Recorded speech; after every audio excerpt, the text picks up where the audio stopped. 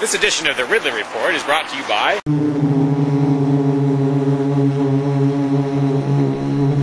When I watch the sort of, I guess we'll call them pro-welfare protests in Greece,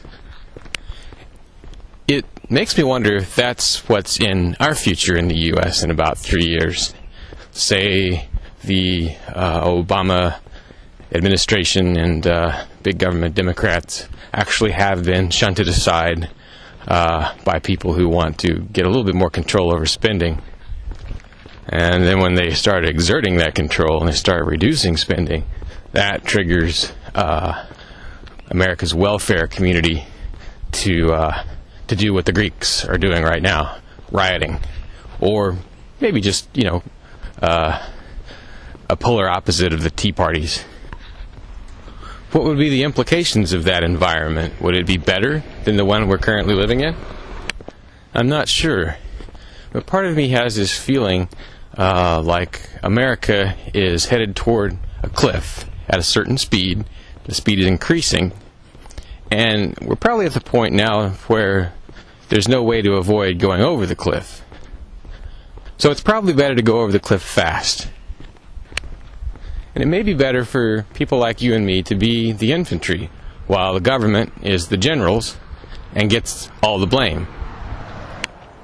Maybe it's just as well that people like you and me aren't in power right now to get the blame. I worry what will happen if the collapse comes after, say, 2012, under a limited government administration, assuming we ever get one. But that's just one line of thinking that the Greeks have triggered in my mind. The other thing this sort of reminded me of was the communist coup in Russia in roughly 1990. Well, technically it was an anti-communist coup, but it was committed by communists, hardline communists who were against Gorbachev's minor reforms. In a sense, that's sort of what's happening in Greece. Of course, it's not a coup yet. It's more of a, riots. It's more of a bottom-up type of thing than a top-down coup like the one in Russia was. But the 1990, roughly, coup is worth studying and thinking about, I think, because a lot of what happened there could exemplify the way things could happen here. And let's just hope that the men and women in charge here are, what's the right word, possessed of the limited goodness that I think these Russian bureaucrats had. The Russian bureaucrats of 1990, both the ones on Gorbachev's side and on Yeltsin's side and on the side of the hardliners, none of them were pure evil. After the coup began, almost all of them made good decisions. Yeltsin, who was the deposed leader of, I guess, the deposed mayor of Moscow, had been sort of cast aside as being too much of a democracy supporter. Yeltsin said he thought that Gorbachev should be returned to power. He didn't directly try to seize it himself. He was all on the outside just watching, and all he could do was make comment. Gorbachev himself didn't do much because he was under house arrest. Well, and not doing much is one of the coolest things you can do when you're in the government. So, he gets an A.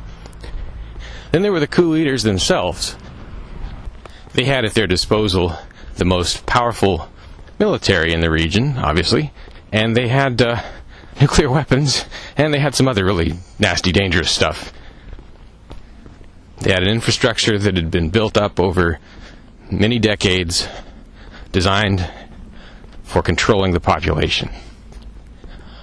And they never used any of it to any large extent. The coup was over within weeks because they chose not to slaughter their people. They chose to stand down. Now, you don't have to be a Pollyanna or an unthinking optimist to believe that bureaucrats in the United States are probably no worse than the ones that ran the Soviet Union toward the end. So it's possible that as things collapse here, they too will choose not to slaughter their people. Maybe they will do what Kaiser Wilhelm of Germany did at the end of World War and stand down rather than slaughter. All kinds of bad people throughout history have made the right decision at the end. The one that atones for so much of what they did earlier. Are there people in the United States government willing to make this sort of atonement when the moment comes? Of course. Are there enough of them in the right places? Who knows? You know how I'm always talking about the fact that if you go to the State House and you swing your fist, you hit a member of the New Hampshire Liberty Alliance. Well, I've never actually showed you any video of the way the New Hampshire Liberty Alliance is able to just pack the State House full of liberty activists. Take a look at this. On this day, we had about 30 activists, I think, to fight for more freedom in New Hampshire and prevent the State House from passing bad bills. There have been times where we've had more like 50. Here they are meeting with the governor the same day. And they've had quite a bit of legislative success, too. That's why I'm a member of the New Hampshire Liberty Alliance, and hope you will be too. Find out more at nhliberty.org. nhliberty.org.